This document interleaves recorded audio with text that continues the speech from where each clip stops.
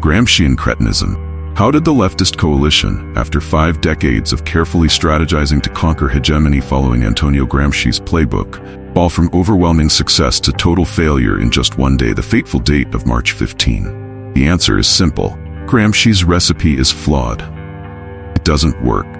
It holds no value, either as an analysis of power structures or as a formula for seizing power. What it does is temporarily boost the left's morale, only to plunge them into an even deeper hole than the one they seemed to escape at the beginning.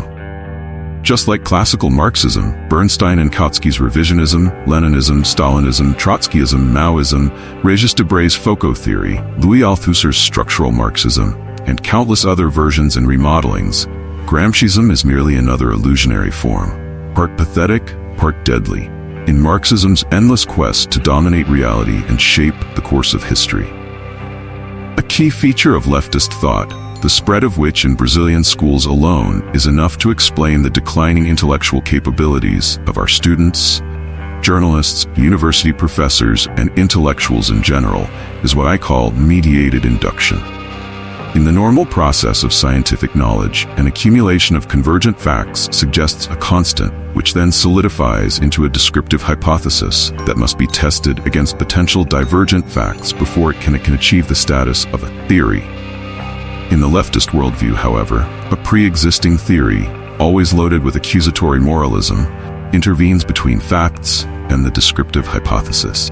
This theory not only forces the facts to align with the desired direction, but also obstructs, forbids, and precludes any confrontation with divergent facts, to the point that merely presenting such facts becomes proof of the embedded accusation.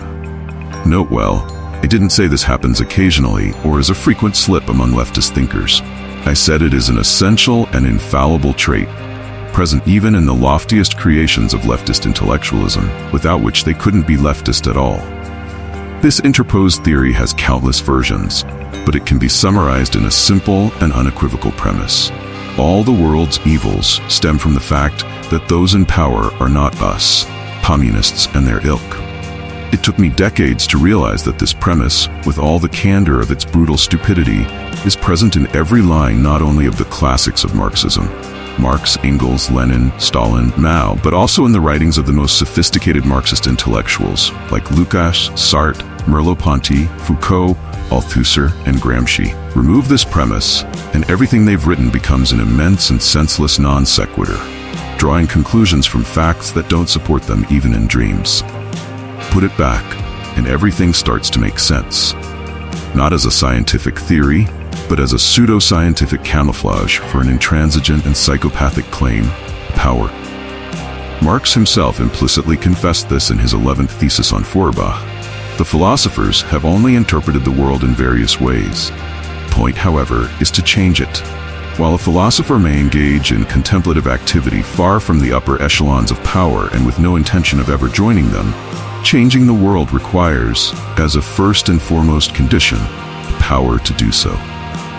Everything, absolutely everything, in Marxist, Marxian, pro-Marxist, and Marxist-like thought fundamentally depends on this premise, without which it couldn't be what it is.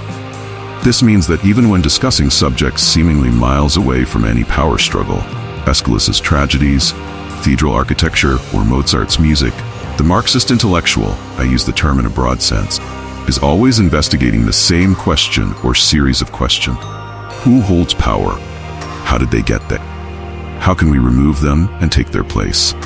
Everything, absolutely everything under the sun, is examined from this perspective and only this perspective.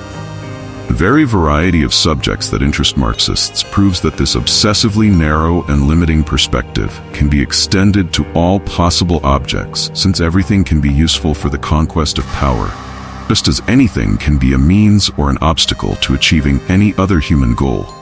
Happiness, salvation of the soul, national or racial glory, general prosperity, universal peace, etc. Everything that exists in any form whatsoever becomes an instrument of domination, and the whole problem is figuring out how to wrest it from its past and present holders and deliver it to the communists. Imagine, for instance, what happens when the study of language is viewed from a Marxist perspective. Again, I use the term broadly.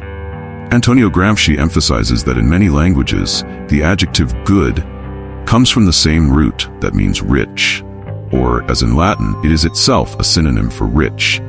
Consensus bonorum omnium, consensus of all good men, to which Cicero appeals against the seditious Catiline, is nothing more than the opinion of the rich and powerful, the members of the Senate, the optimates as opposed to the populares. This is a fact. Gramsci interprets it as proof that language is, par excellence, an instrument of hegemony, controlling what society can or cannot think. If people believe that the rich are the good ones, they will feel inhibited from acting against them. But if this were the case, all the words in the language would have to exalt the virtues of the rich and denounce the vices of the poor. For example, the word corruptio, which in Roman usage eminently meant inducing evil through bribes, behavior typical of the rich and not within the reach of the poor, could not exist. Nor could the verb spolio, spoliare, which in contrast to other meanings of the verb to steal, like subripio, latrocinor, surrupio, etc., eminently refers to the spoliation of the weak by the strong, the poor by the rich. If language were the property of the rich and an instrument of their glory, any word that by itself hinted at something against them should be removed from the vocabulary. If it isn't, simply because words are not sanctified in the dominant vocabulary by the dominant class, but by grammarians and writers, who may be poor or rich, just as by popular usage repeated over centuries, transcending any momentary power struggles. Good, being used as a synonym for rich, does not mean that the rich are always good, which would be a belief too childish to have any rhetorical effectiveness, but simply that it's better to be rich than poor. A truth that the poor know even better than the rich.